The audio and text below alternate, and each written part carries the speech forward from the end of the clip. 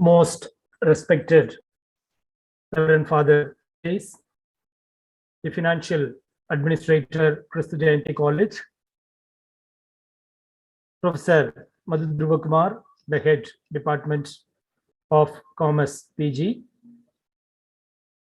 the FDP Coordinator, Dr. Terian Thomas, respected faculty members, delegates from different institutions, and my dear students. Thank you at the outset for the opportunity given to me to share some of my ideas on how we can deal with Gen Z learners. As all of us know, the whole world is changing. Change has become the only permanent thing in life. Change has become the order of the day. People who fail to change, they perish.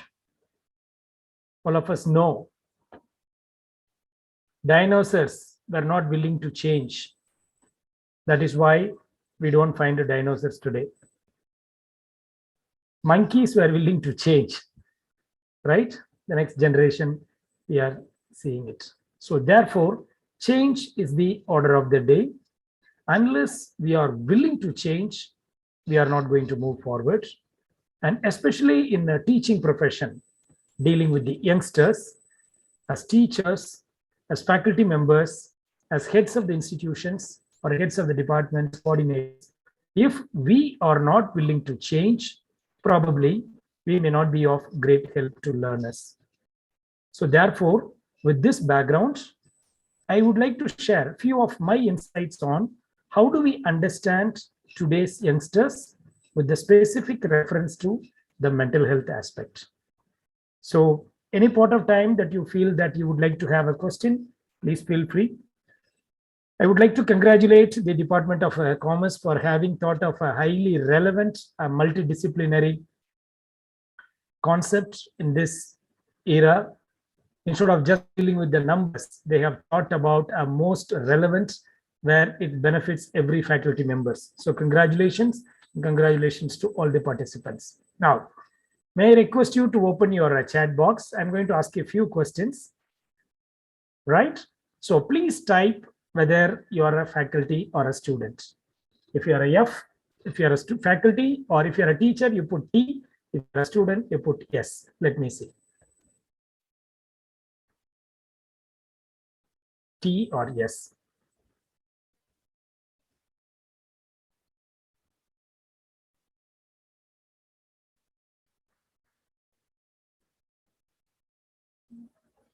Sir, I think messages are coming only personal. Is it not possible to put it in?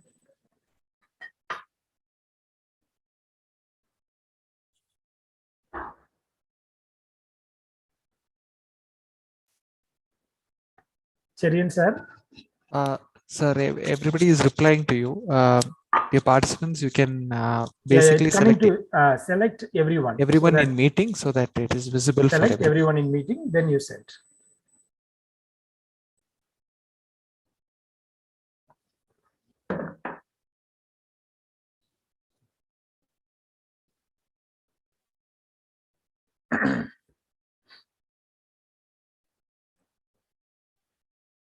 Okay, thank you. Thank you for people who have responded.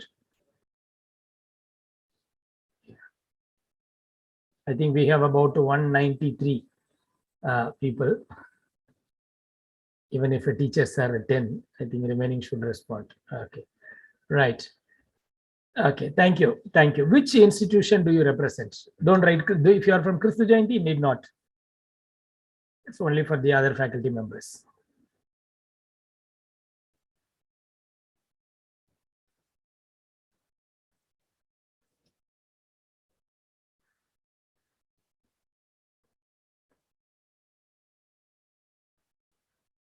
Okay, thank you. Mount Carmel College.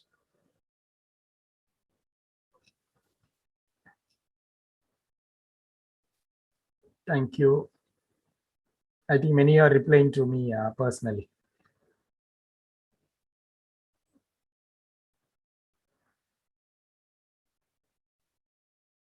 Okay, some of them suddenly got up. Now they are replying. Student, that question is over, friends. Yeah, move to the next question.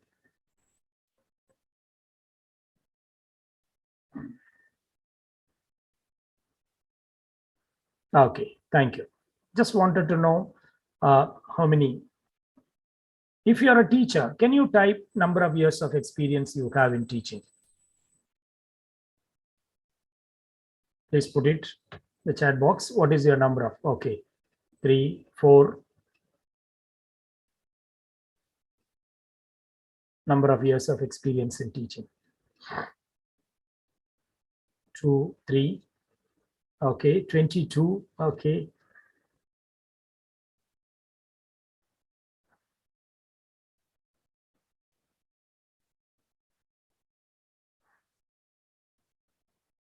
Okay, thank you so much. Thank you so much. Now, friends, just wanted to get the background of the people who are attending so that I can make it more tailor-made. Thank you for responding. Thank you for those people who have not responded also, but you can listen carefully what we are going to discuss. Now, today, I think the time is hardly a 45 minutes left, but then I will try to do justice of whatever I have come prepared with. Now, one thing that we would discuss, the first thing is the changing role of educators. Why we need to be much more be willing to change compared to the previous generations, and especially in the current context, what are the challenges for today's educator in the post-COVID era, and what are the disciplinary issues a teacher can face in today's context, and what are the major mental health concerns of today's youngsters. As all of us know, teachers, if you have an adolescent boy or a girl, you understand what I'm talking about. When we grew up as children, the challenges we faced and today's challenge that today's children are facing are completely different. Probably when we grew up, the biggest challenge was finance, money, economical well-being. That was a major issue. But in a way, today, if you look at it, except money, everything has a problem. Parents spend large amount of money on children's education and whatever they want, but children broadly, okay, broadly, we see a less satisfied youngsters today, in spite of the fact that they are much more talented, much more comfort, and living in the best time of the history with the maximum technological advancement, but still we find today's children lost. So what are the reasons that we are going to check? And then I'm also going to give you some tips on how do we deal with today's youngsters. And in that process, we are also going to learn how do we learn to deal with the parents of these iGen learners. Right. Now, what is wrong in this picture? Anybody can respond, teachers, students.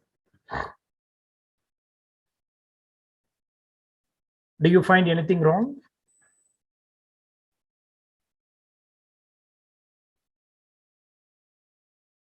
Either you can unmute and speak, or you can put it in the chat box, whichever you feel more comfortable.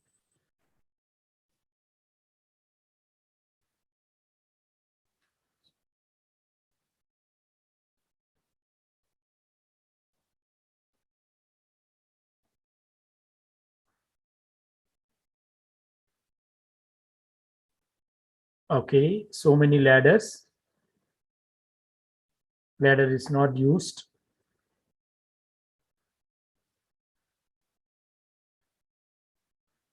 Any other?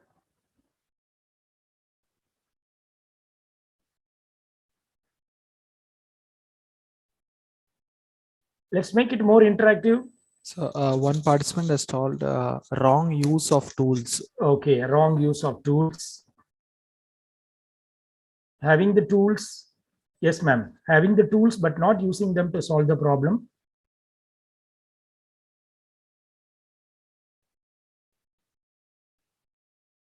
Okay. Dear friends, that's exactly what today's iGen learners are. Today, there is no dearth of resources. Everything is there today. That's what I said. They are living in the best time of the history. Never again, optimum technology is there. today. Optimum facilities are there. Optimum comforts are possible. Optimum resources, availability, accessibility is there. But the biggest challenge with today's children or today's youngsters, probably our students are, probably they lack guidance in helping them to make use of the resources. Earlier, we used to say Mata Pita Guru Devam. Today, Mata Pita Google Devam. Google is there for them for everything. But problem is, many of them do not know how to use these resources. Either they overuse it, or they less use it, or they do not have the right usage. As a result, they get into tremendous amount of mental health issues. So therefore, learning to understand their current context is important for today's educators, or if you want to be successful. Now look at this. This is a generation chart, right? We have from people from lost generation to interbellum generation and greatest generation, silent generation. Each generation has got a particular there. Now, currently what we are talking about is the second last generation. They are the very actively in the student life, probably the alpha generation or gen. So at higher education, I'm sure the students that is born between 1995 and 2012, the years may vary, 1 or 2 years, but they currently are students. So today our point of discussion, maybe probably we may be belonging to generation X, okay, or millennials, right? So we have to learn how to understand the next generation. Now, can anyone tell me how many years do we call it a generation gap? How many years are one generation gap? Either you can unmute and speak or put it in the chat box.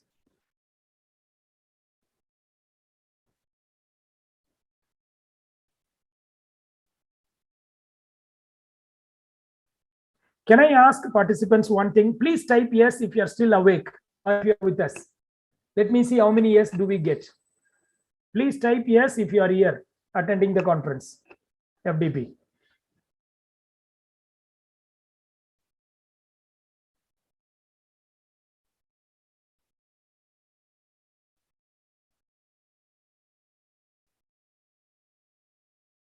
If you are listening to me, please type yes.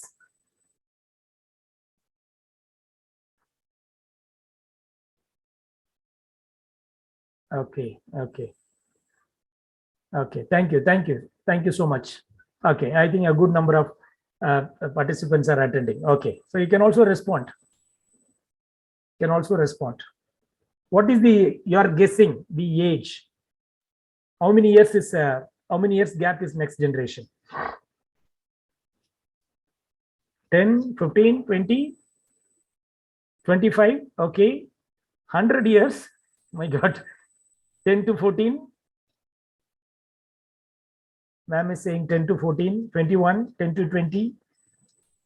Okay, Excelsi ma'am, okay, you're closer. Okay, 10, 15. Okay, friends, it is 6.5 years. 6.5 years is next generation. If the gap between you and your children, or gap between you and your parents, whatever is the number of years, you divide it by 6 or 7, that many generation they are apart from it. If you are a teacher with 45 years, and if you have I do not know, college students is what, 20? So we are already a 3 generation, apart. And that is the reason we need to all the more understand today's youngsters. Probably if we don't do that, we may not be of helpful to them. 6.5 years to 7 years is the next generation. Now, what are the major characters of today's iGen? We are talking only iGen, okay? We are not talking about millennials. We are not going to about alpha gen, okay? Now, the students, Okay, those of you who are attending, you should tell us whether what I have put it is right or wrong, because this is based on our experience and our observation, because we also belong to a different generation, right? One thing is, today's youngsters are much more tolerant of others. They forgive quickly, okay, and they acceptance is more, okay, and they, especially the attitude towards people with the different sexual orientations, okay, different groups, they are able to do that. That's the one major plus point with the today's youngsters, that is iGen children, and they are more cautious and they're less risk taking, and they are less likely to go to church, less likely to go to places of worship, okay, probably they believe too much in themselves, and they are less likely to believe in the authority. That's one of the reasons, parents, if you are there, if you have an adolescent child, that's one of the reasons the child gives a lot of back answers, right?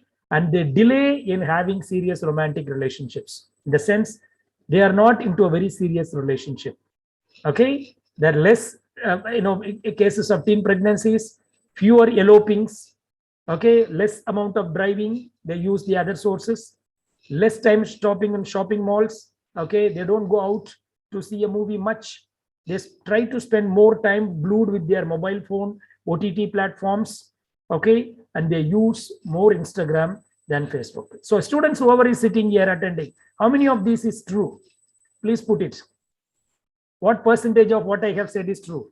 Or I have one more slide, that is also, you can look at it and tell me what percentage of this is true with your generation, because we are talking about you, okay. See, look at this, they have a heavy use of online gaming, less of reading books and newspapers, and they are growing up as more supervised and more protected compared to our generation, okay, and they are less experience of going for a part-time jobs, okay, and they are happy to be awake a whole night, 1 o'clock, 2 o'clock, 3 o'clock, less amount of sleep, and they are also more depressed than the previous generations, and they are also feeling more lonely, people around us, but still they feel lonely, and suicidal tendencies are more, that we know as mental health experts.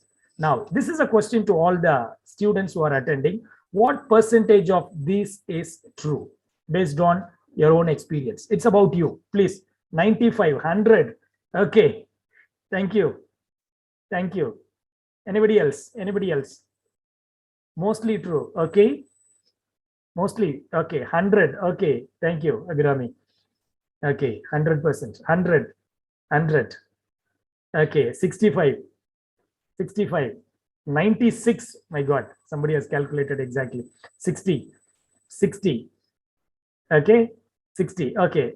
Any other? Quick. Come on. Make it more interactive, please. 99.9. Like a Dettol. Yes, put it. Okay. Right. Anybody else? Anybody?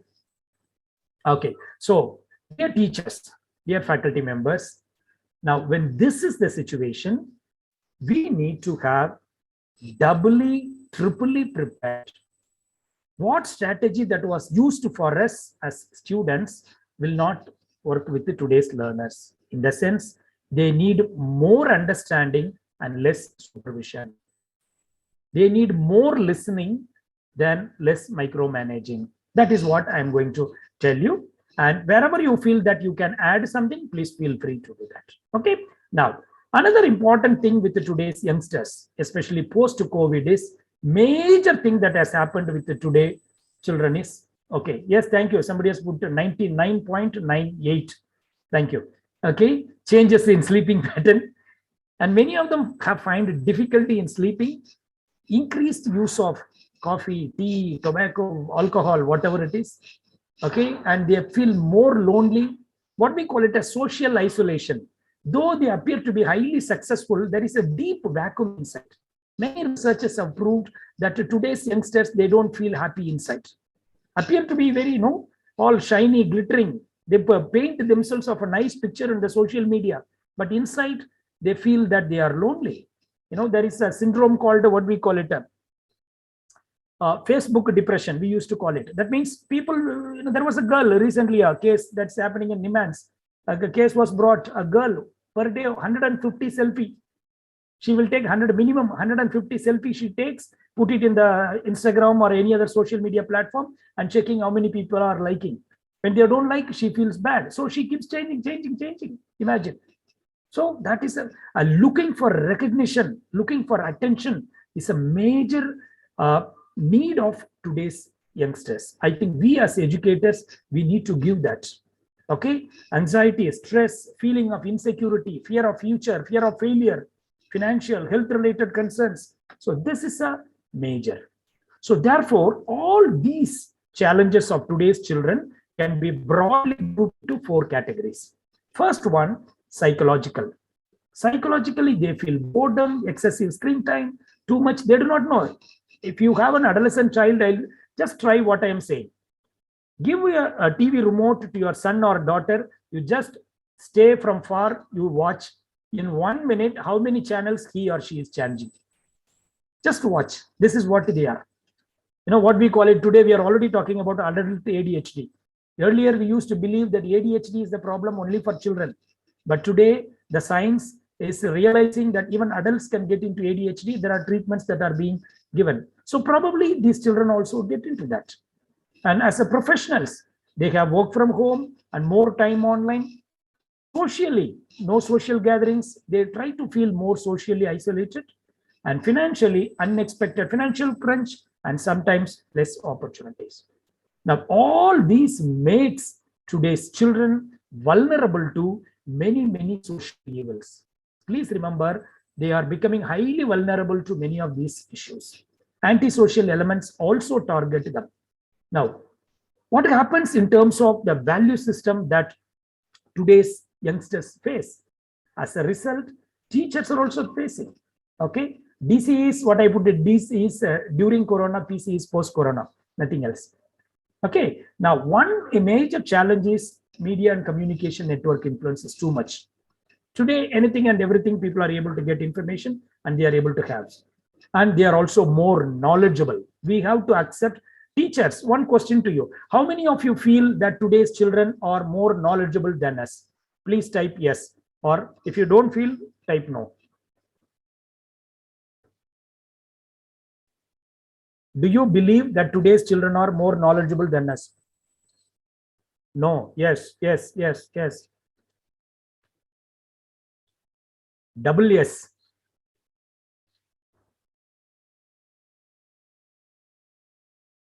Yes. They are more knowledgeable. Probably they do not know what to do with that knowledge. Please remember, students, knowledge is power only when you know what information to ignore. I repeat, knowledge is power only when you know what information to ignore. But today, information is over flooding. Too much of information. Okay, as a result, they do not know. I think ma'am has put, they have a lot of information, but not knowledgeable. Okay, so they have a lot of things, but problem is they do not know how to use this information. So that is why what worked with us will not work with them. That's one of the what we call it failed parenting strategies.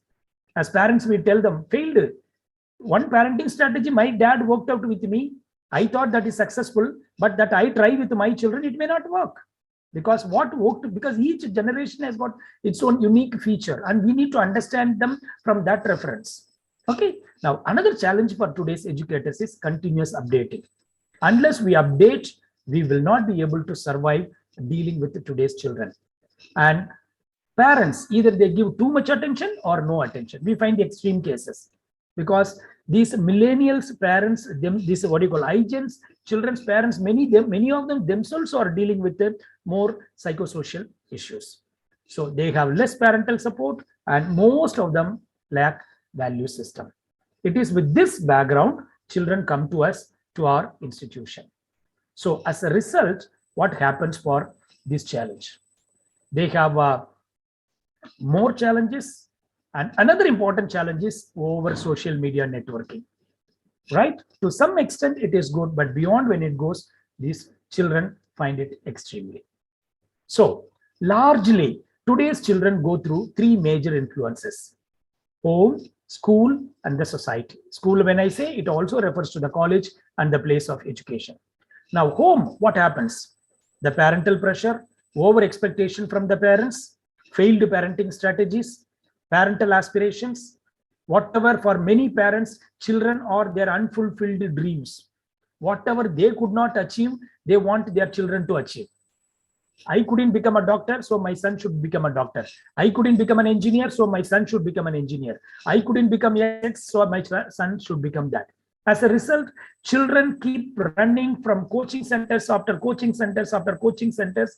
As a result, they bypass their childhood, they bypass their youth days, and suddenly they find that they are already, become adults. And that is the reason, suddenly when they realize that they have become adult, even after their marriage, even after their, settling, they have the behavior of children. Their marital relationships become a problem.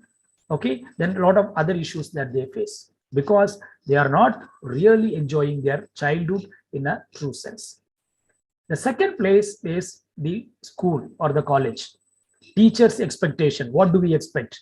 Teachers' bias. They are teachers. The worst thing a teacher can do to a student is being biased. The worst thing a teacher can do to a student is being partial. That if we are doing, probably we are not dealing with today's youngsters. Over competition, peer pressure, fear of failure, all these amounts to the children. So one side, the parental, either they have a too much pressure or no pressure. Children also go through a pressure in the academic institutions, whether it is a school or college. As a result, they are caught between frying pan and the fire. So this is where, when there is no understanding, they get into some easy way where they can forget themselves or they get into some of the bad habits. Society, I'm not touching because that is not concerned for us now. Now, what has happened due to this online, right? In regular class, teachers used to be serious. In online class, teacher is serious, students started relaxing. You look at this, all these, some of these pictures. I'm just skipping this. So why I am saying is that things are changing, things are changing. Today's youngsters need a different approach. Senior teachers will agree with me. When we grew up, you look at the first picture, whenever we used to have a family get together, this used to be the scene. You go, fight, push, pull, fight, everything. But today, look at the second picture. Everybody is glued into their mobile. You go to any common gathering, any family function, you see, everybody is busy with the mobile. Nobody talks to each other, right? There was a boy writing a status update. Today, I had a dinner with my family members. They seem to be nice people. Today, he has had a dinner with his family and he is appreciating nice people. They are good. Okay. So that is the situation, right? So that's the over one. Second one, look at the situation of the parents. iPhone, iPod, iPad, I paid. Father, right? The parental rules have changed. Everybody is going through one or other challenge. This picture I found. Today's parent, father going and taking a picture of a son receiving the prize from the teacher. Marriages are into conflicts. People have misunderstandings. Both are right, but they have a difference of opinion. Look at this picture. Prime time, TV serials. Go to any middle class family today. TV serials occupy. Youngsters go for a binge watching.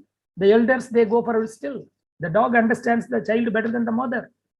There is a new generation that is creeping up, dear friends. Why I am saying is that earlier we used to have rich and poor. Today we have something called a middle class, right? 4 people in 2-wheeler. From there we are moving to a 2 people in 4-wheeler. News jet of that.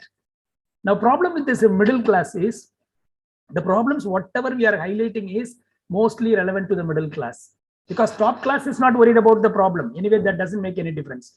Lower class, it doesn't touch them and they have some other concerns. The so-called middle class. The problem with the middle class is you don't want to accept that you are a poor, and the rich fellow doesn't accept you as a rich. So somewhere people struggle to adjust social status, economy.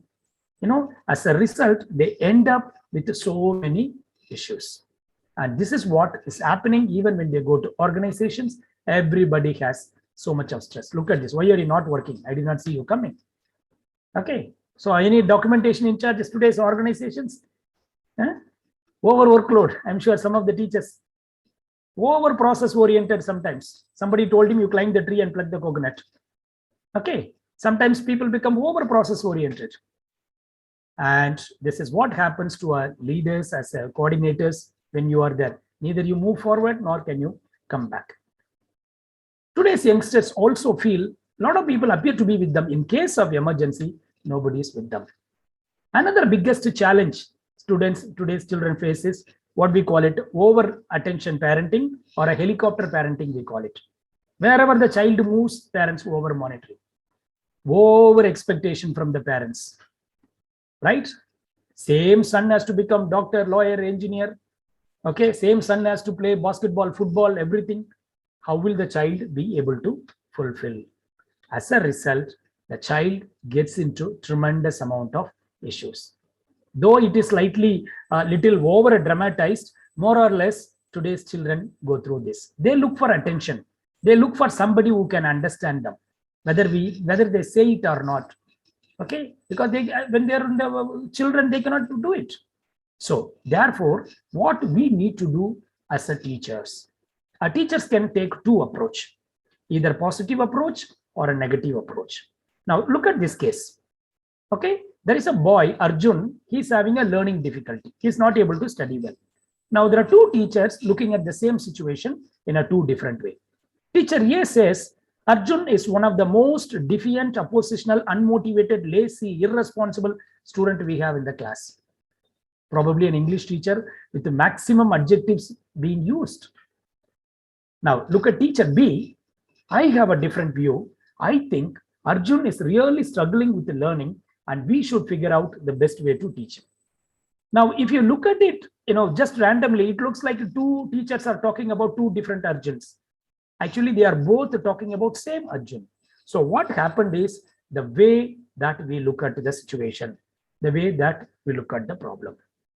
So dear teachers, do you believe, I have three questions. Do you believe mindset of the educator is the most important asset of your institution? Yes, no. Do you believe that mindset of the educator is important and significant in determining expectations and teaching practice? Third, do you believe educator decides and educator's mindset decide students' happiness and success? If you say yes for all the three questions, my session is over. In the sense, this is what I want you to learn. We need to understand our mindset has to change. We cannot go on with the mindset. So there is a strong connection, link between teacher's mindset and students' behavior. I'm sure all of us know about law of attraction. Anything that you think enough, long enough, and hard enough, it becomes reality. So therefore, as a teacher, if I think a child can study well, the child will study. If I think that the student is a dull, dumb-headed, he cannot, he is only wasting my time, the student is not going to contribute. Right? Now, let's come back to the case, what I talked about Arjun. Now look at this. This is what Arjun thinks about teacher A, who, who disregarded him. Now he says, she hates me, but that's okay because I hate her. Right? When you can have an opinion, student also can have an opinion, right? And I won't do any work in her class. I will, in whatever I do is going to be not good enough. She doesn't expect me to pass. Why even try? Which means when I pass, my teacher is going to be upset. Why to disappoint her? Why to create confusion to her? Why to make her sad? So therefore, I will not study. What a nice student. What is the reason? Who is the reason? The teacher. So our mindset as an educator is the most important thing. Dear teachers, I'll tell you today, even if you don't teach, students will pass. How many teachers believe that? Even if you don't teach today, they can pass. Everything is there in the online. Everything is there in Google. Then what is our role? What is the relevance of us? Our relevance is Google cannot motivate, we can motivate. Google cannot encourage, we can encourage. Google cannot say it's okay, try again, we can say that.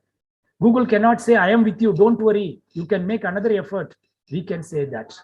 Google cannot say don't worry, we are all with you, you will achieve, but we can say that.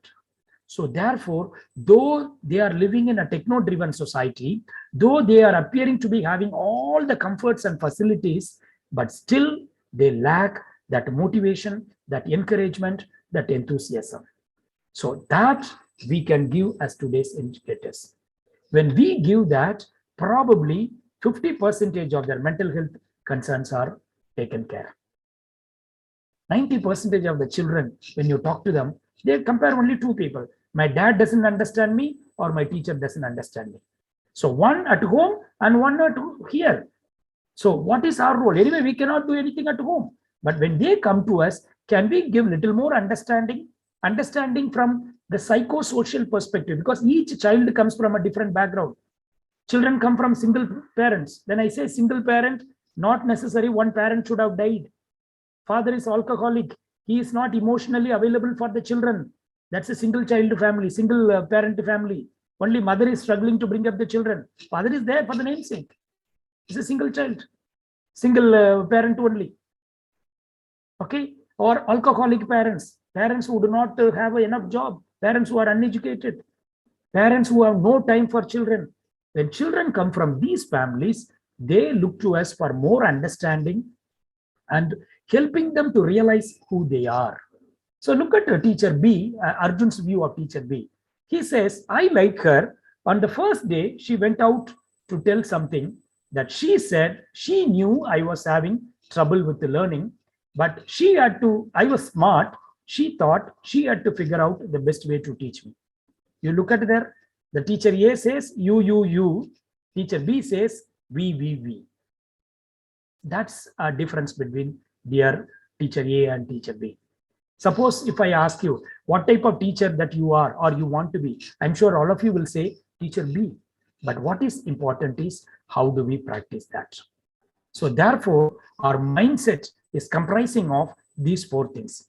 The assumptions that we have, attitudes that we have, the expectations that we have, the perceptions that we have. All these directly contribute our mindset, and our mindsets lead to the student's success. I'm sure some of you would have heard about this book. It is written by a Stanford University professor, Dr. Carroll. She talks about, it's a very good book. It is available in Amazon, very good book for gifting. Okay, students, if you are there next to Teachers Day, you can buy this and gift it to your teachers. Probably you can see the difference in the mindset. Till then, you don't expect anything. Next to Teachers Day, you can present it. Or if you want an earlier change, you can give it earlier also. It's an ideal book for gifting. Okay, now she says every human being is driven by something called mindset, and this mindset decides these four things: our parenting style, the way we deal with our business, the type of education, and how do we manage relationships. Now she says there are two types of mindset. Very interesting book. First one is called fixed mindset. That means people with this mindset, they think they are finished product, they know everything, they don't have to learn anything. Okay, over, I finished learning. Whereas people with the growth mindset, in spite of their educational background, they think they need to learn every day. They keep learning, because they know the day they stop learning, they die. Now, as a result, we find two different attitudes among people. Look at it. Fixed mindset people, they think they are intelligent is static. Okay, they feel they don't want to try, they avoid change, they give up easily whenever problems come, they don't put additional effort on the students. Okay, they see no use of putting effort on these students, they ignore useful feedback. Okay, and they are threatened by others' success. Okay, so these are all fixed mindset.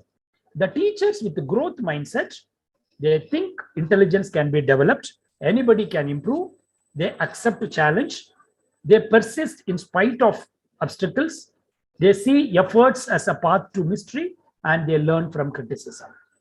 Now, the biggest question is, do I have fixed mindset or a growth mindset? All of us will agree growth mindset is essential if you want to be successful with today's youngsters. Why? When we have a growth mindset, we will actively seek learning opportunities because they keep learning. And we see every setback as an opportunity to come back. Okay, they always bounce back. They take responsibility for their mistakes and they want to learn more. And they carefully use the language. The type of words they use is very careful, and they have a high expectation of the students. A teacher with a growth mindset increases the expectation and constantly challenges the students. Now, I have given a very basic 5 attributes. It is for you to add more. Now you can conclude whether you have growth mindset or a fixed mindset. Dear teachers, our mindset is like an iron. You know that iron cannot be spoiled by any other metal. Iron cannot be destroyed, but iron gets destroyed by itself by rusting. How? By not doing, being stable. In human development, there is no stability. Either you go forward or go back. The moment I don't grow, I am dying back. So therefore, it is up to us to think what type of mindset that we have. Okay. Now, there are 4 types of teachers we see in any organizations as far as their ability to deal with the learners. First type of teachers, they have a good intentions and good ideas. They have good idea and their intention also is good. That means they help students better. Second type of teachers, they have a good intention but bad ideas. Okay, will is there, skill is not there. They want to help students, but then they don't know how to help students. Third type of teachers, very good, very skilled. Okay, ideas are there, but intentions are not good. And the last one, neither they have intention nor they have bad, willingness to help. I come, I manage, the so-called, covering the syllabus. Most teachers, covering the syllabus, the word itself is wrong. You are expected to uncover the syllabus, right? It's already covered. Student also is covering, and you also cover, and nobody opens it up.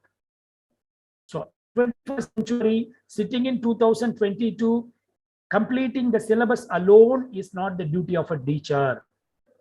Teachers are expected to be a scaffolding for the emotional and professional development of today's children. Only then we will be able to be successful. Otherwise, we will not be able to be successful and help today's children. You know what? There is a strong connection between my motivation and students' motivation. A motivated teacher, motivated learners. A teacher who is not motivated, imagine as a teacher, a student comes and tells you, you feel already, oh, what is the use of living in this world? Yeah, I don't know, I have to go to college again Monday. When a teacher is feeling, a student is coming and telling, ma'am, I feel very upset in life. I failed. What is the use of living in the world? What will be the response of this teacher? Yes, exactly. You read my mind. That's what I also feel. What good this teacher can do to the student? The student has planned to do something after 2 weeks. He or she will speed up the process by 1 week earlier. The credit goes to the teacher. So therefore, dear teachers, our mindset, our attitude matters a lot. Okay. So due to lack of time, I'm skipping a lot of slides. Okay. So some ideas that I'm going to give it to you so that,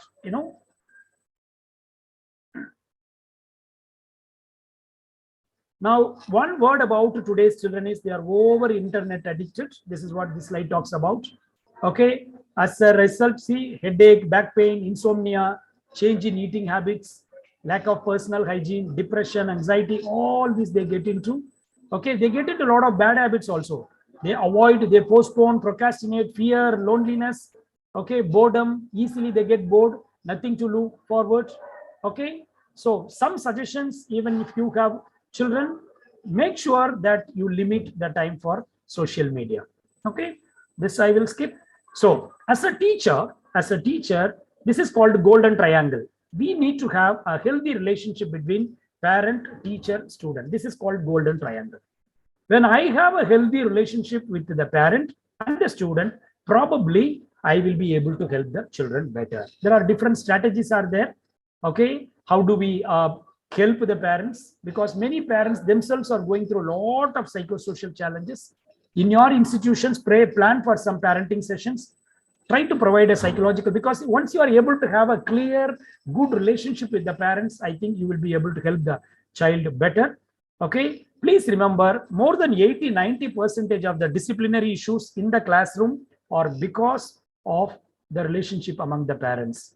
When parents do not enjoy good relationship among them, it automatically reflects on the poor discipline of the children. Okay, so when we talk about mental health, there are three components generally we talk about: emotional health, psychological well-being, and social well-being.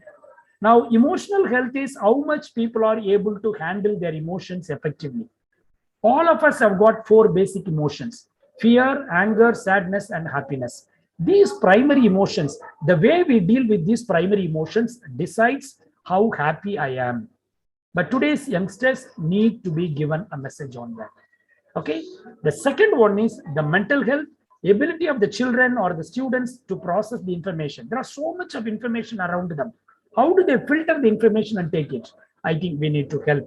And third one is what I talked about is the mental health, emotional and psychological, social well-being. Social well-being refers to the child's ability to stay connected with all the family members and the immediate society.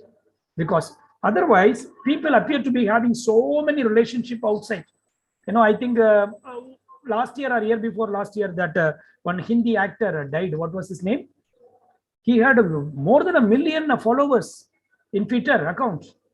Finally he had committed suicide. Not even one person could come forward and tell him. So therefore, the type of discipline we also matters a lot. Okay, so some suggestions. Okay, as we are coming to the close to the sessions.